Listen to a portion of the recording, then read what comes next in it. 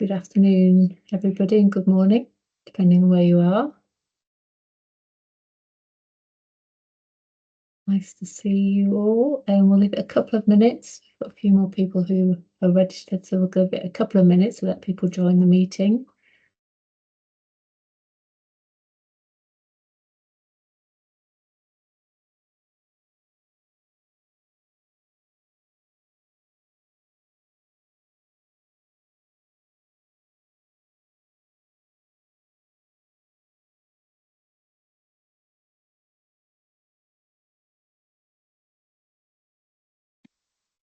Thank you all for taking the time to join us. It's nice to see some familiar names and also some new ones.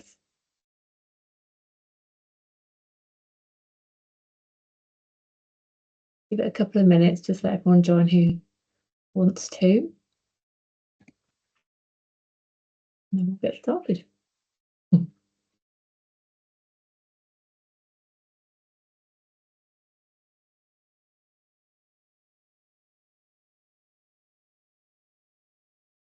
We've got 40 people on the call at the moment. Great, really good news.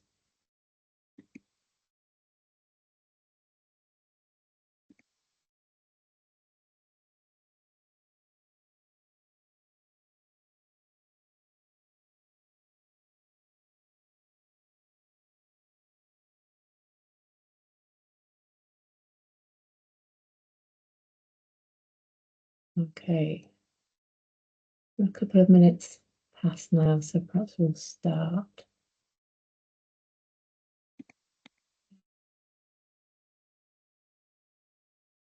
Okay, I'm going to start by sharing our screen, so just 1 second when I do that.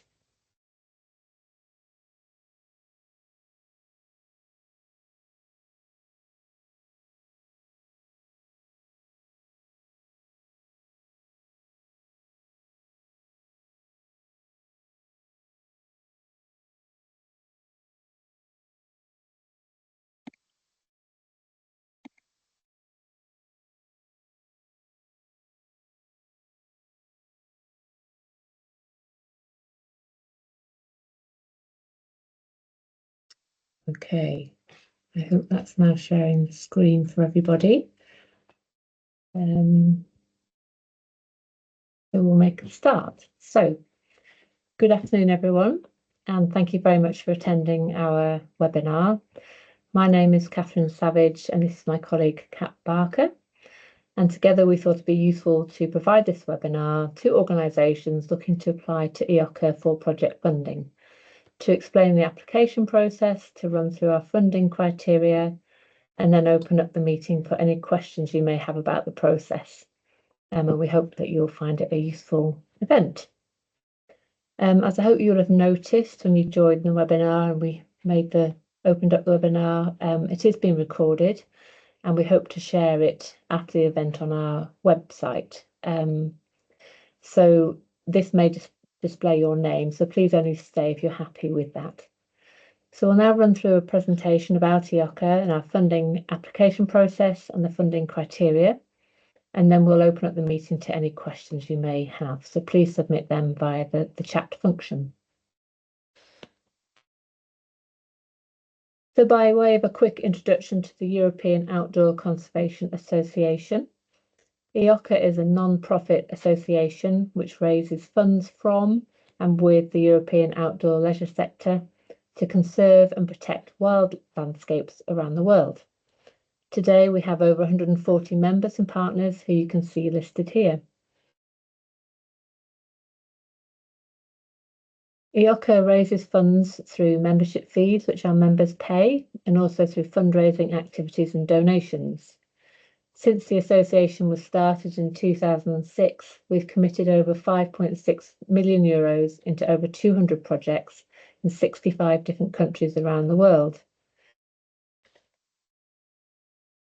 And EOCA funds a broad range of conservation projects around the world, but all projects must protect and restore threatened habitats and mitigate against climate change and the loss of biodiversity. We fund conservation of habitats and species in wild places, by which we mean non-urban environments and ecosystems occurring in as natural a state as possible, given the area's location and use. Okay, so what does our funding application process look like? And what are the timings of the process throughout the year? So we have 2 funding rounds each year, and you should always keep an eye on our website and social media for details of exact timings and what we are looking for each funding round, as these can vary. We're open to applications from not-for-profit organisations carrying out work anywhere in the world except in the USA and Canada, because there we have an organisation that does similar work to us called the Conservation Alliance. Not-for-profits can apply for up to 30,000 for a project, and projects tend to last 1 to 2 years. As I said, we have 2 funding rounds each year. Each funding round lasts around 5 to 6 months from application to funding then becoming available.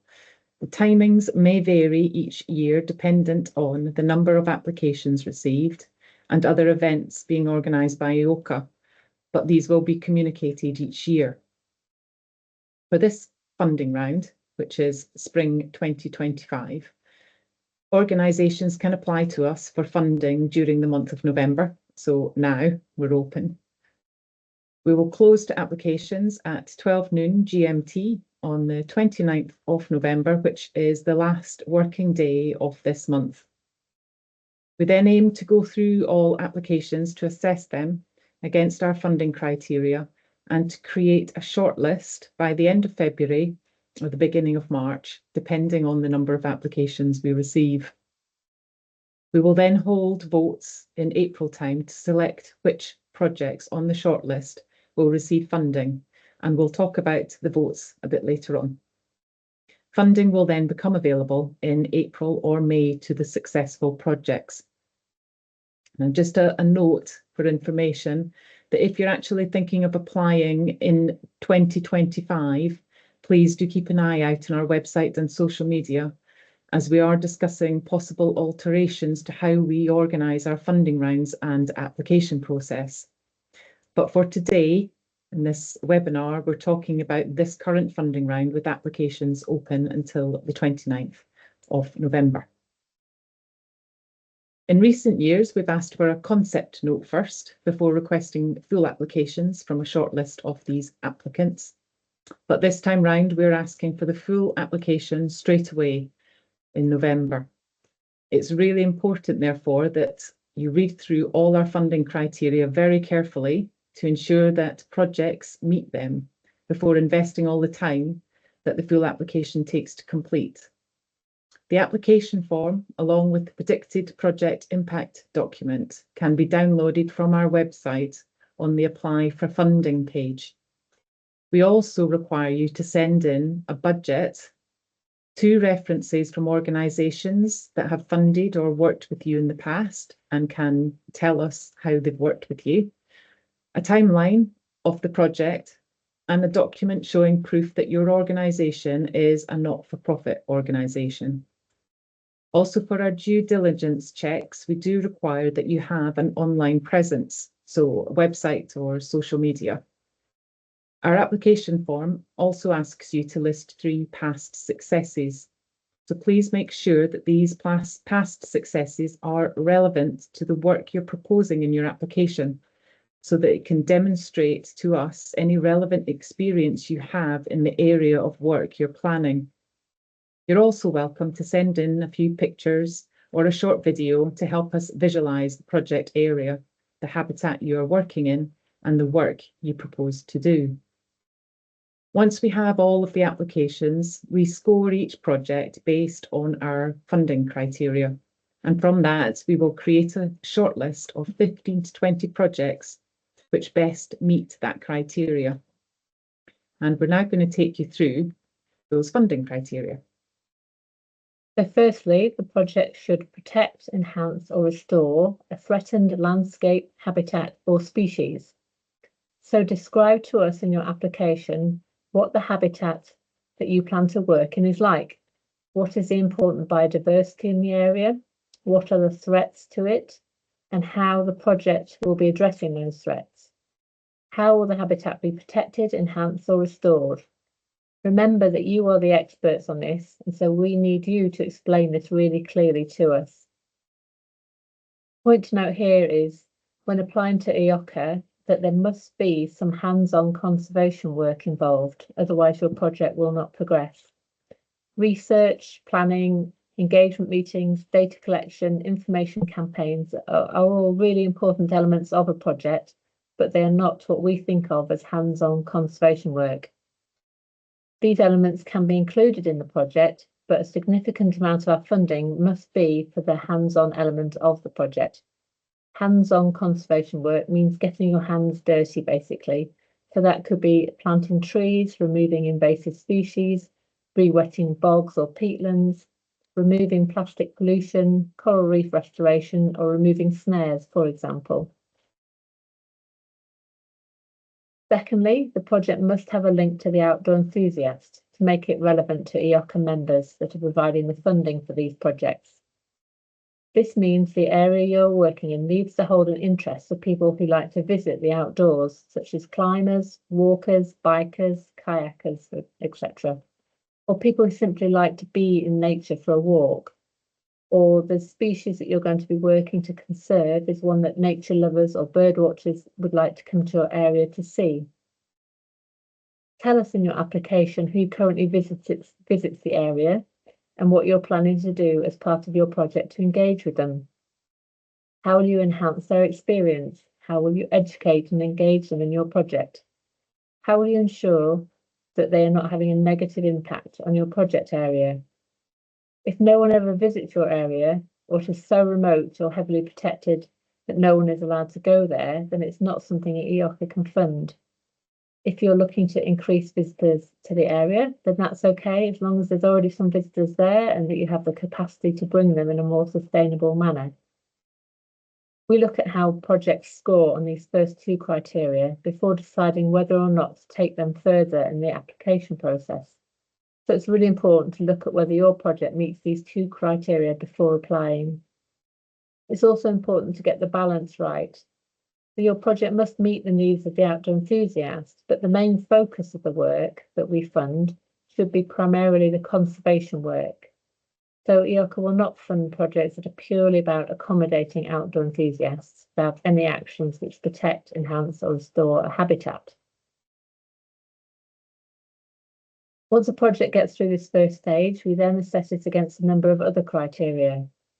So firstly, does it address the root cause of the threat to the habitat or species?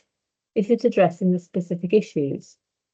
So for this criteria, we look at what you've listed as the threats to the habitat and species and want to see that you are addressing these threats and their root causes in your project proposal.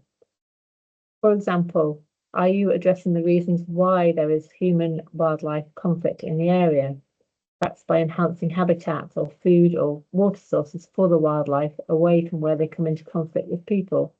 Are you addressing the cause of the deforestation as well as restoring the forest? The next criteria is involving the local community.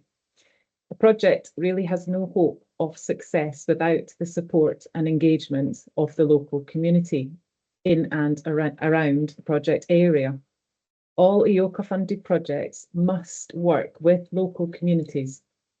So please tell us how your project will benefit those communities, encourage local stewardship of local landscapes, help tackle poverty, and support local ecosystem services such as providing clean water or preventing erosion, flooding or wildfires, providing a safer, healthier environment for communities to thrive in. So we look for organisations that already have good relationships and support within communities in their project area. If there are any Indigenous communities in the project area, we need to know how they are involved in the design and implementation of the project and how their needs are being met. Although all projects we fund must involve and engage with the local community, the projects must still primarily be conservation projects rather than social projects. We won't fund projects that are primarily social projects addressing issues such as setting up waste management systems or agricultural projects, for example. A project also needs to have an educational or training element. So tell us if you are providing education and raising awareness about the importance of the species or habitats you are working to conserve, or the negative impacts of certain actions and how to do things differently, or teaching skills that will help develop new alternative livelihoods. We also assess applications on the following criteria. Does the project leave a positive legacy? What will happen when the EOCA funding is finished?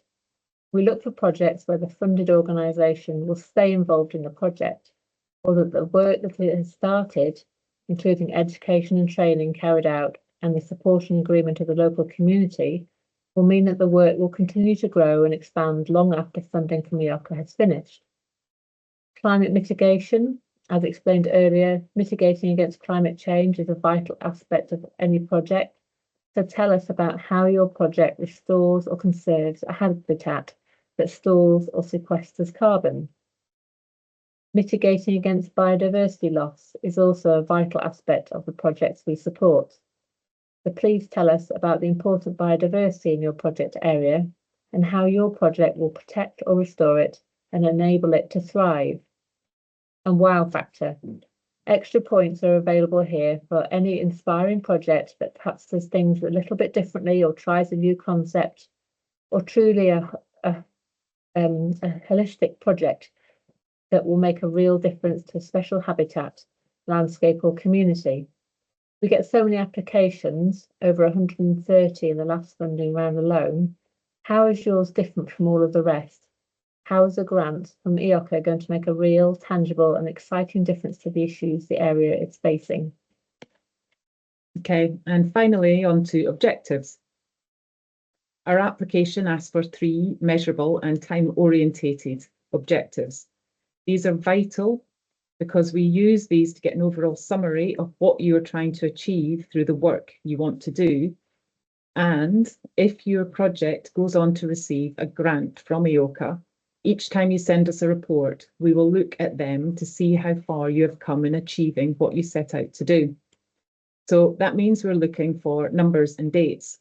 So for example, we will run 3 training events with 6 women's groups on caring for tree seedlings during March, April and May, or 300,000 seedlings will be planted over an area of 200 hectares of degraded land from June to September of both years of the project, using 200 local volunteers. These are examples of measurable and time-orientated objectives.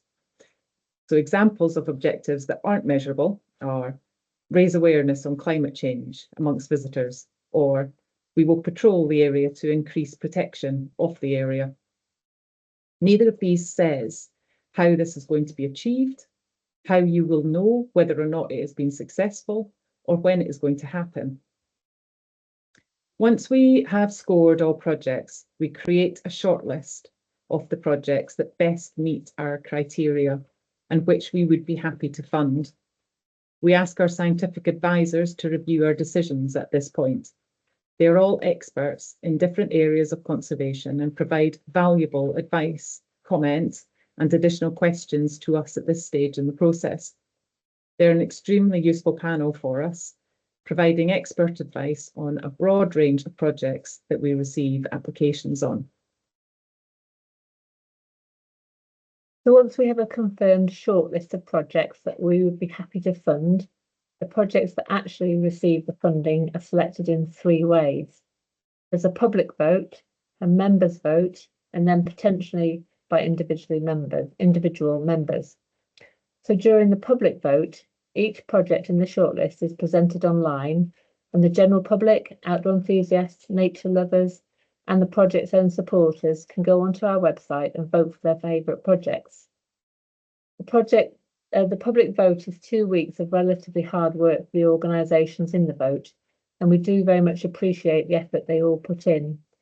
But all the projects we have worked with in this way do come back to us to say how useful and worthwhile it has been, helping to raise the profile of their organisation, and gaining support in unusual places. The President of Costa Rica, a politician in the UK, Miss Nepal, and even David Attenborough have shown their support for projects in our vote over the years. It's also a really useful way of raising awareness of your project locally and to build up extra support for it within the local community. We've been astonished by the tens of thousands of votes we've received over the years and the many millions of people that have been reached during the voting periods. Our autumn vote is actually live right now on our website, so please don't go and visit it and see how the vote works, and feel free to cast your vote for your favourite projects. So following the public vote, the projects with the most votes will gain the funding they requested, and the remaining projects will be put to a vote with the EOCA members. So this is a private vote and will enable our member companies to select further projects to fund. And then finally, the remaining shortlist is sent to all EOCA members to see if any of them are interested in supporting any of the projects themselves through EOCA. We have a number of companies that support whole projects through EOCA. So we will pass the remaining shortlist to see if any of the projects hold particular interest to any of our members. Selected projects will receive 50% of their funding when they start the project, 30% about halfway through on receipt of an acceptable interim report, and 20% in the completion of the project with the submission of an acceptable final report and financial statement. Okay, so finally, some top tips. Firstly, before you fill in your application this month, please make sure you fit all of our funding criteria. Because we receive so many applications, yours will not progress if it does not fit our funding criteria, and it will take a long time to fill out the application form for it then not to progress. Try and make sure you grab our attention in your application. How does yours stand out from others? Please describe clearly the habitat and species and the actions you plan to take to protect and restore them. Tell us about the local community and outdoor enthusiasts engagement that you're planning. Send in a few photos to illustrate your points, and as we said, a short video if you wish. And remember to send in all the additional documentation that we ask for in the application. Please stick to the word count. We are a small team of part-time staff, and so we have a finite amount of time to assess all the applications we receive. We very much appreciate project applications that are succinct and clearly lay out all of the important information. If you do progress to the public vote, please be aware that this will require some additional work from your organisation to rally support for your project. But please also see it as an opportunity to raise awareness of the great work you're doing and the issue you're addressing. Finally, we really look forward to receiving and reading all your applications. So thank you all very much for taking the time to listen to us today. It's been great to have the opportunity to speak to you all. And we're now going to open it up for any questions that you might have. So if you could put questions in the chat, we'll start looking at them and working through them. Just bear with us a minute while we work out the technology and get the questions up.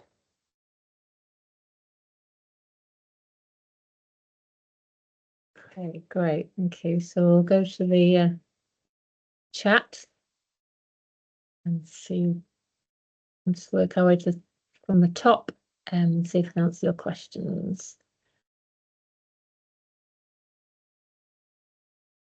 Oops.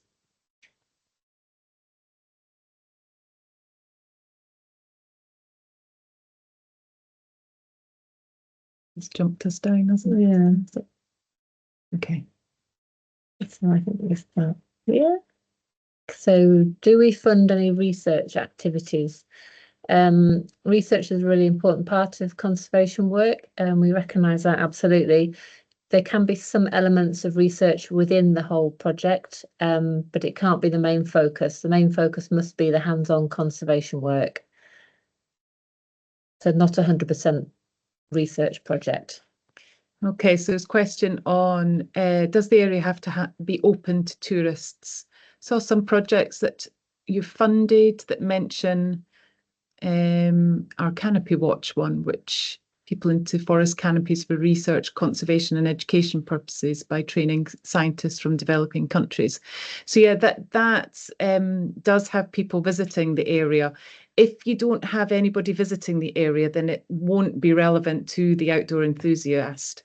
So yes, you do need to have people that can visit. There can be restricted visits, but somewhere that's completely closed and not accessible and doesn't have anybody visiting would not be open to our funding. I can see some people have raised their hands. If you can put your question in the chat, you maybe already have done. We haven't looked at all of them yet, but if you can put your question in the chat, that would be great. Thank you. Our land purchases funded. We will certainly consider those for funding, but you would need to include some hands-on restoration, conservation work as well as in the project. So as long as that and other criteria are met, we certainly would consider it. Yeah.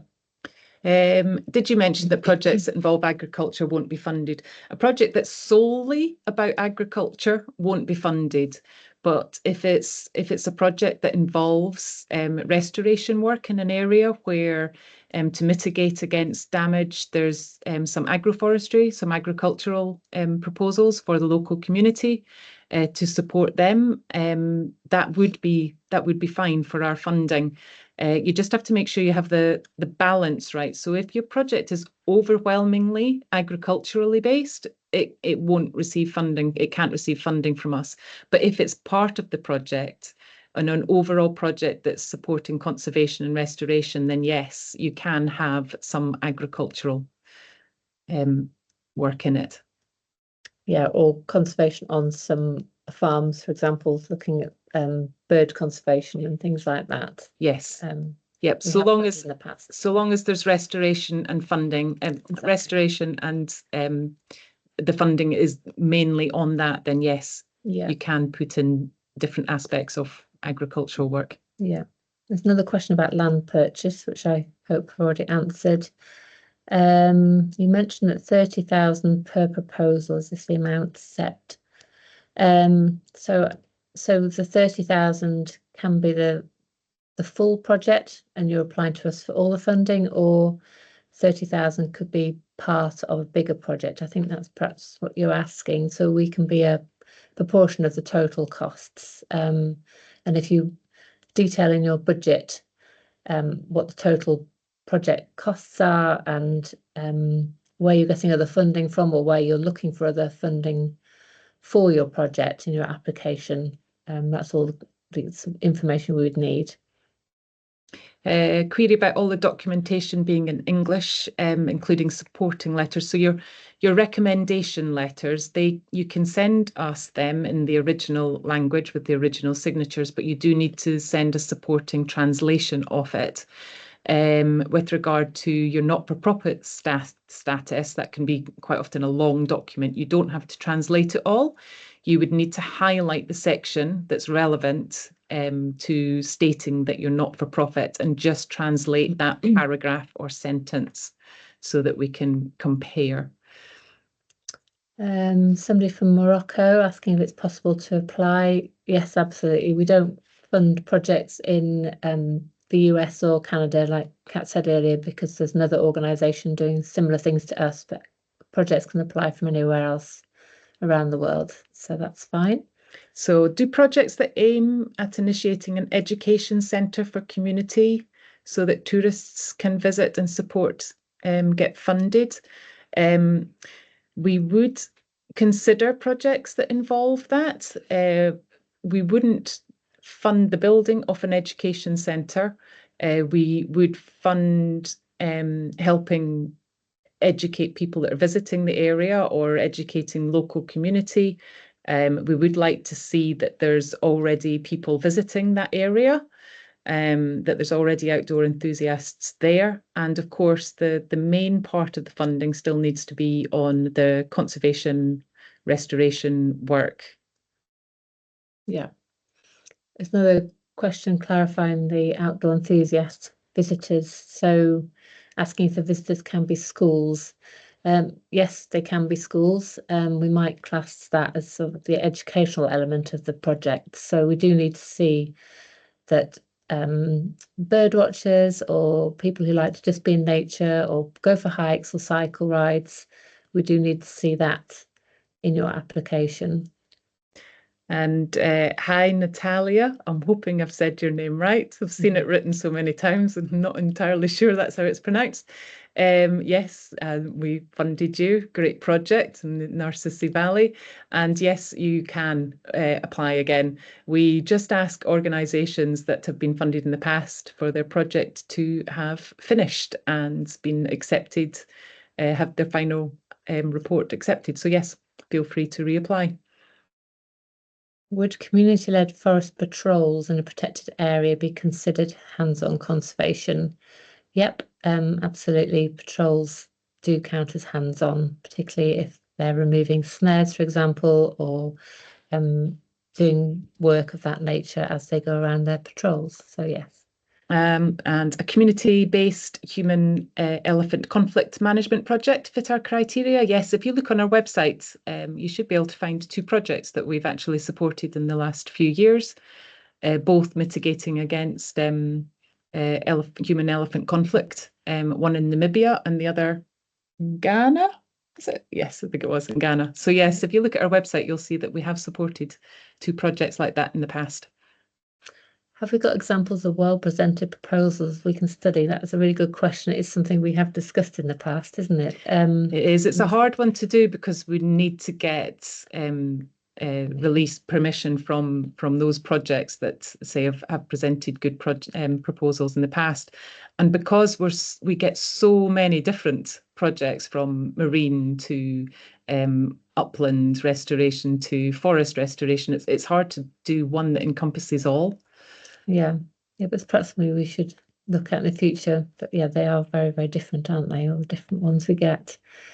Can you explain wow factor again?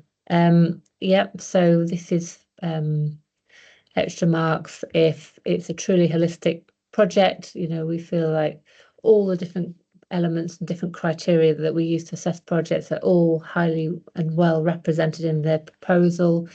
For projects that are trying something a little bit different. Something that's just a little bit different than what we've seen in the past, or something that we do think would be really applicable to our members, something that we think that they would really like.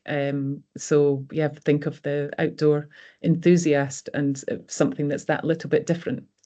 Catch somebody's attention. Working really well with the local community, benefiting local community as well. So yeah, lots of different ways that you can have a wow factor. Yeah. Okay, clarifying when money would come in. So once contracts are signed, if your project's been successful and we sort out contracts, once the contracts are signed, we then release 50% of the funding. So not 20, it's 50, half the funding gets released at the start.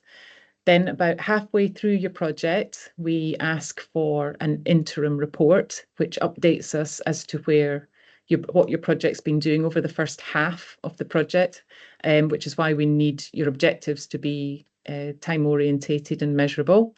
And then once we've accepted that interim report, 30% is then released.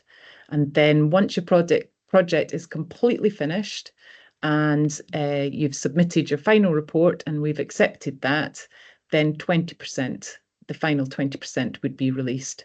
And yes, finally, we do indeed. Oh no, I thought that was saying that do we accept co-financing, which we yes, we do, but you don't need to have it. You can have a standalone project that you're looking for funding for. Okay, so there's a question on references and past successes. So references, we ask for 2. Ideally, they are organisations that have funded your organisation in the past and can comment on the work you did with their funding and the effectiveness of your work. And then the past successes, we ask for 3. So yeah, give us some details about work you've done in the past, ideally on the same kind of work that you're applying to us for funding for, so we can see the experience you have and the successes you've had in the past. If you're a new organisation, we understand that's trickier. So if you have worked for other organisations before, where you can have a reference provided for the work you've done at another organisation, or the project coordinator perhaps has worked elsewhere and they can provide a reference from working for a different organisation, that's also acceptable if you're a new organisation. Okay, so working in a national park in Panama, very interesting in terms of biodiversity, but not very well known internationally. Do we need to provide statistics about how many people visit the park or area? We do ask for numbers. It doesn't necessarily have to be an exact figure. It can be an estimate average figure. You don't have to be completely specific. We are planning to plant trees. Do you have a minimum or maximum number of planted trees?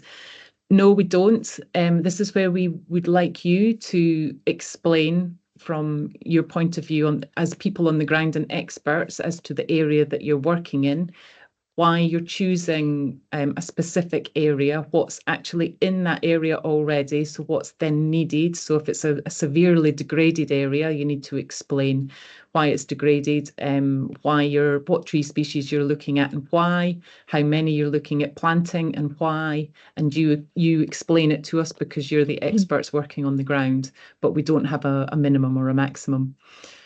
The project has 3 stages. Are they divided in specific months? What does that mean? I'm not sure what that means. No, I think if you explain, we ask for a timeline. So perhaps if you explain in the timeline when you would do the different stages of your project, you would tell us which months you would carry out those different stages in, because obviously you're the experts on the ground, so you need to tell us what you propose to do. If that's not what you mean by that, message again. Yeah, message again. Can a project be managed by a NGO in association with some government institution? Yes, you need to be a not-for-profit to apply for funding, but absolutely you can work in collaboration with government institutions.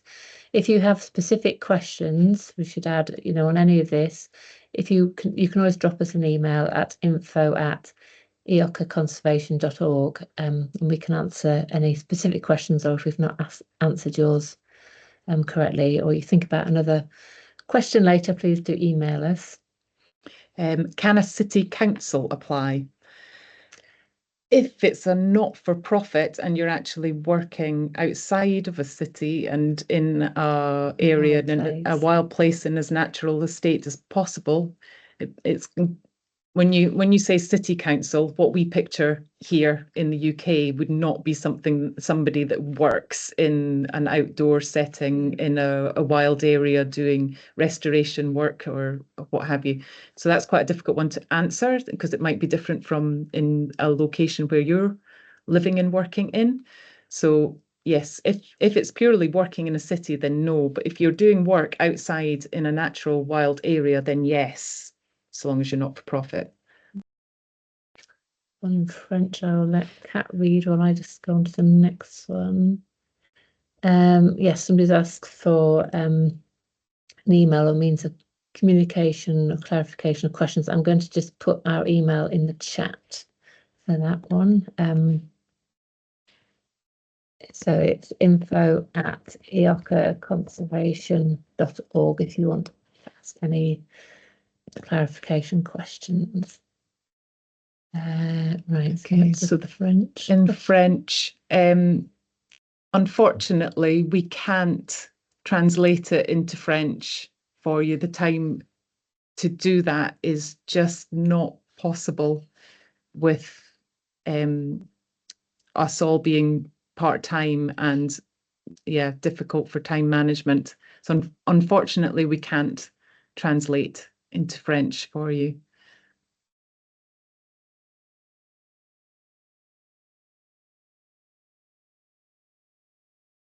Examples of marine projects that we funded. We funded coral restoration. Yep.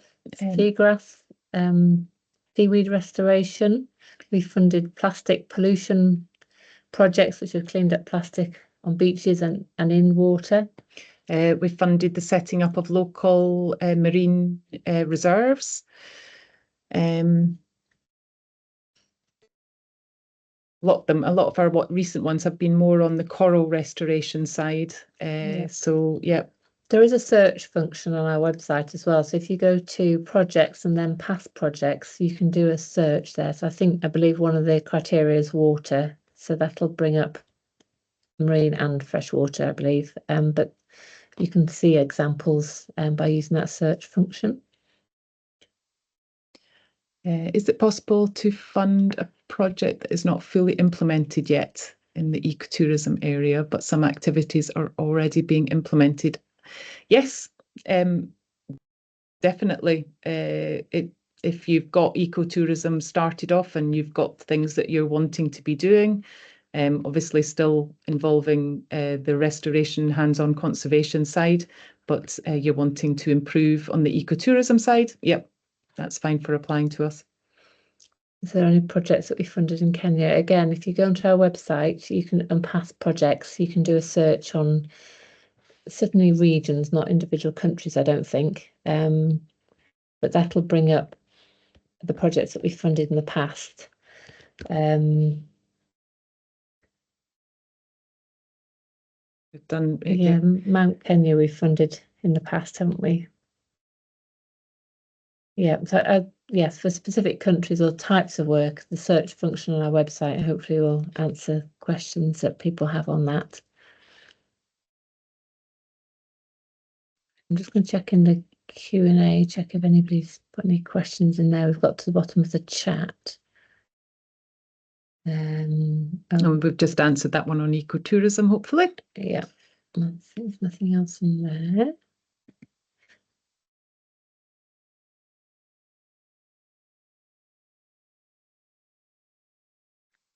Somebody's asking again about the land purchase. We would consider land purchases for funding, but the point I made was that it would need to still have some hands-on conservation, hands-on restoration work as part of the project, and meet our other criteria about working with the community, involving education, etc., etc. So it couldn't be purely buying land and nothing else. It would need to meet those other criteria. So that is something to consider. But yes, we would consider land purchase. It is quite a specific one, land purchase. You can always drop us an email and say exactly what it is that you are purchasing, because it is very much a case-by-case basis.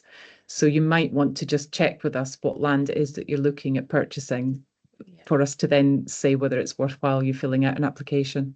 We'd also need to know that the land would be managed for conservation forever, and that's in your bylaws as an organisation, and also what would happen if your organisation ceased to exist, what then happened to the land. So there'll be lots of additional questions that we would want answers to. Hope that helps. Any more questions?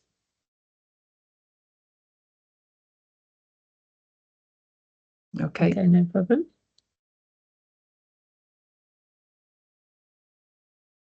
Just checking the Q&A again. That was in the chat, that's good. Okay. Got to the end of the questions. Yeah, any final questions?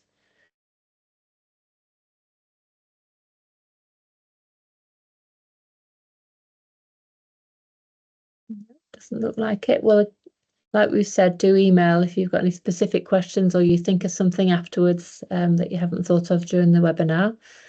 And if there's no further questions, we'll finish the webinar. Okay, great. Well, thank you ever so much for your time today. Hope it has been useful to everybody. And we really look forward to seeing your applications. Yep, that's great. Thank you very much, everyone. Do applications have to be sent by email? Yes, please, to info@eocaconservation.org, which was put in the chat earlier. Yeah, forms on our website, so find the form and then send it to that email. Great. Thank you very much. Yeah, hope you all have a great rest of your days, and we look forward to seeing your applications. Thank you. Thank you very much. Q&A, there's a red thingy. Oh, check one last check in Q&A. No, That's it. thank you. That's Okay. fine. That's great. Lovely. Thank you very much, everybody. Have a lovely day. Thank Bye. you. Bye. Bye-bye.